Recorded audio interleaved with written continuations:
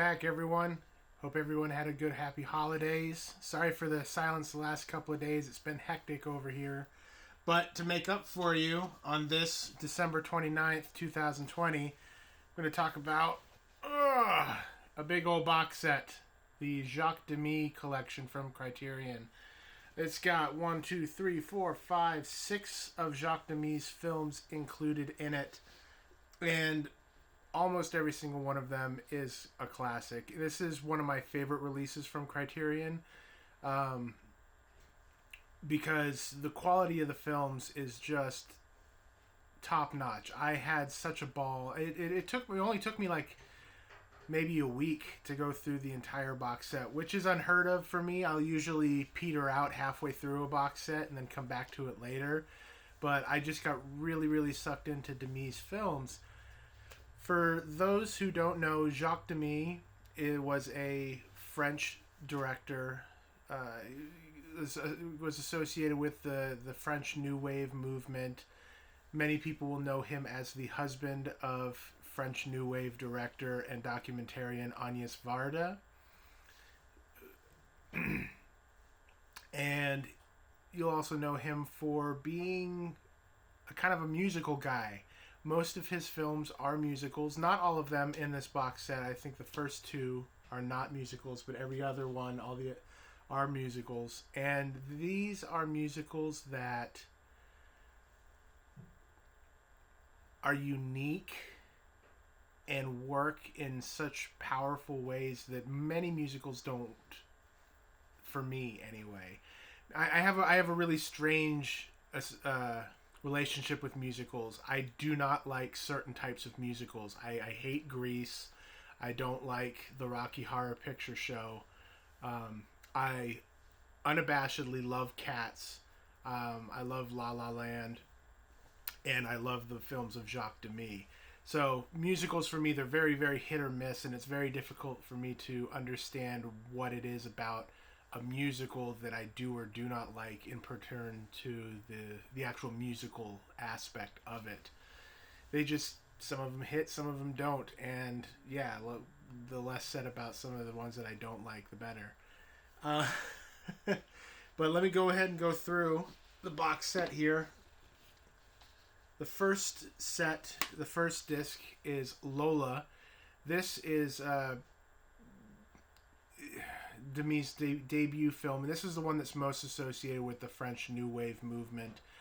It's a very good film, but there's something about it that I wasn't really super connecting with. Let's see. As it says here, it's a tale of crisscrossing lives that floats on waves of longing and desire. Heading the film's ensemble is the enchanting Anouk Ami as the title character, a cabaret chanteuse who's awaiting the return of a long-lost lover and unwilling to entertain the adoration of another love-struck soul. Really good performance from Ami, who has done a lot of good work with Fellini. I've seen her in a lot of those Fellini movies that I've been watching recently. And it's just got good emotion to it and an interesting pace. It really fits in well with those early 60s French New Wave films, even though, this one came out a little bit later, 1961. It's very good. Don't let my lack of excitement tell you it's not very good. It is very good. And Jacques Demy actually revisited the character of Lola as a kind of a spin-off in his later film Model Shop, which I haven't seen yet. So less said about that, the better. The next is a film called Bay of Angels. This one is about gambling. It was about these two lovers who they meet at a casino and they just bond over their gambling addiction. It's kind of a bleak little film, but it fits in really well with Lola. Another good film. I liked it, but it didn't really super connect with me. Then we get to his big movies. These are the ones that Demy really, really is known for, and the first one is The Umbrellas of Cherbourg. many would have heard this title recently as being quoted as the main inspiration behind La La Land. Um, Narratively, yes, the narrative through line of Umbrellas of Cherbourg is definitely La La Land. It's about these two lovers, you know, much like Bay of Angels. They meet, their lives just aren't quite really jiving with each other, but they keep trying to make it work. They love each other intensely. The world separates them, and then the ending happens. The ending is horribly sad.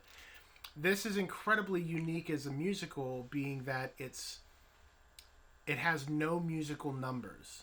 It's relatively a normal film. However, every line of dialogue is sung. So in that way, it is a musical. Every dialogue, every monologue, every piece of exposition is sung like you would expect in a musical, but it's just set to the natural score of the film, so that it has this really unique vibe to it. A couple of people that I know on Letterboxd didn't really jive with that vibe, but I thought it was really beautiful. It was one of the most unique musicals I've ever seen, and it was just heartbreaking. And the way that they sing every piece of line is a big attribute to why it was so heartbreaking, because you really get the emotion across in singing as opposed to just speaking the dialogue.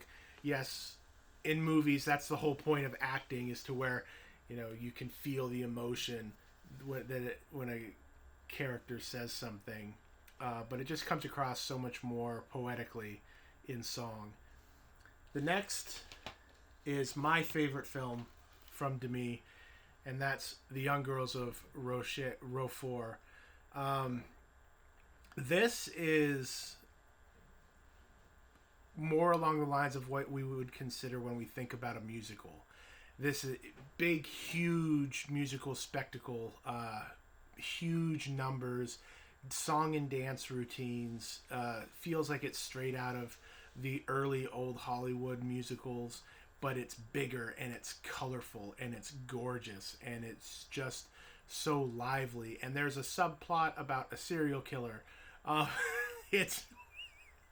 It takes such a weird turn with that subplot, but you know, like all of Demy's films, it's about a group of lovers. This is about two different couples who meet in Roquefort. I don't even know how to say that word properly anymore. Roquefort, Roquefort. I don't know. Please forgive me. But it is just so lively, and this is the one that I actually think is what inspired La La Land. The musical numbers, the look of the film, the vibe of the film. This is more what La La Land actually is, whereas the plot of La La Land is from the Umbrellas of Cherbourg. But this one was just so fun. I loved watching this one to bits. I could watch it over and over and over again. Absolutely, definitely my favorite of his films. Next up was a big surprise, Donkey Skin. I did not know what to expect with this. It's a fairy tale musical. If it was animated, you would mistake it for a Disney classic animated film. But no, it's live action, and it's about a woman who wears the skin of a donkey to make herself invisible. I believe she was a princess. It was a princess who must go into hiding as a maid in order to fend off an unwanted marriage proposal from her own father. So she has a donkey killed and a spell put onto the donkey skin, and so she wears this and is treated so poorly by the people around her because she looks and smells and feels dirty.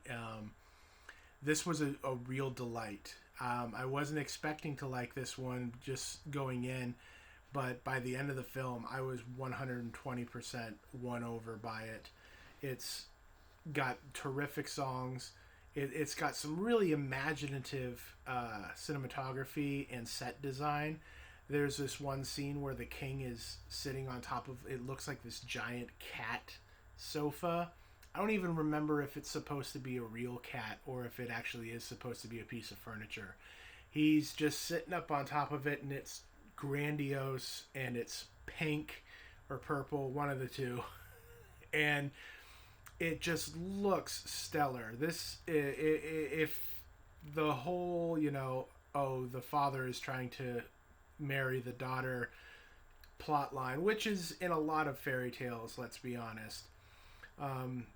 If you don't let that bother you, which it should bother you, the movie makes you know that it's bothersome.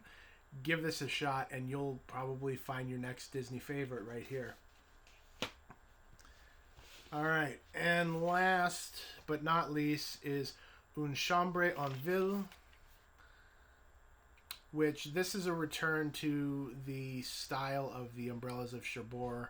This is a more politically minded film. It takes place in the 50s or 60s, probably the early 60s, during a political revolution, which I believe it was the war in Algeria is what the background in this film is. I can't remember, so don't quote me. Every line of dialogue is spoken, but this one is much more somber. Believe it or not, I said the Umbrellas of Cherbourg was pretty depressing, but this one is much, much, much more somber and depressing. And the music in it didn't really work for me as much as the Umbrellas of Cherbourg. The plot has so much going on in it, and the characters are so extra that the way that they sing every line of dialogue just really didn't vibe super well. But that's just my opinion. It's still a great, great film, and I'm pretty sure that a lot of people that like the Umbrellas of Cherbourg much more than I do will also enjoy this film. It's a great, great film. Among the bonus features in the set is a pretty thick booklet. I think it's maybe 100 pages. 80 pages. It's housed in this really nice box, and it just looks really good on your shelf. You can house it reverse side so that it just looks uniform and pretty. But for anyone who's interested in musicals, or maybe if you're not a musical type of person, like every musical that you've seen you just don't like, I recommend Demy's films regardless, because they are special. And it could just be the Frenchness of it all, but they are just so different from what I'm used to seeing. And a lot of modern musicals, you can see borrow and are influenced by the works of Demy, that it's really good to go back to the original. And he was a master. Rest in peace, Jacques Demy. He was a master. One of the bonus features in the set, I can't remember which disc it's on, is a documentary directed by his wife, Agnes Varda, called The World of Jacques Demy. Absolutely take the time to watch that documentary. It's a beautiful documentary that talks about his life and his films, and it does a much better job talking about the everlasting influence and impact that his films have had across cinema than I can ever, without sitting down and really working on a script. He was great, and this box set is terrific. So absolutely, it's one of my favorite releases from Criterion, and I hope it's your next favorite release from Criterion if you choose to go pick it up or watch his films on the Criterion channel or wherever you can find them. And so, yeah, that's what's on my shelf for the past 4 days. What's on your shelf?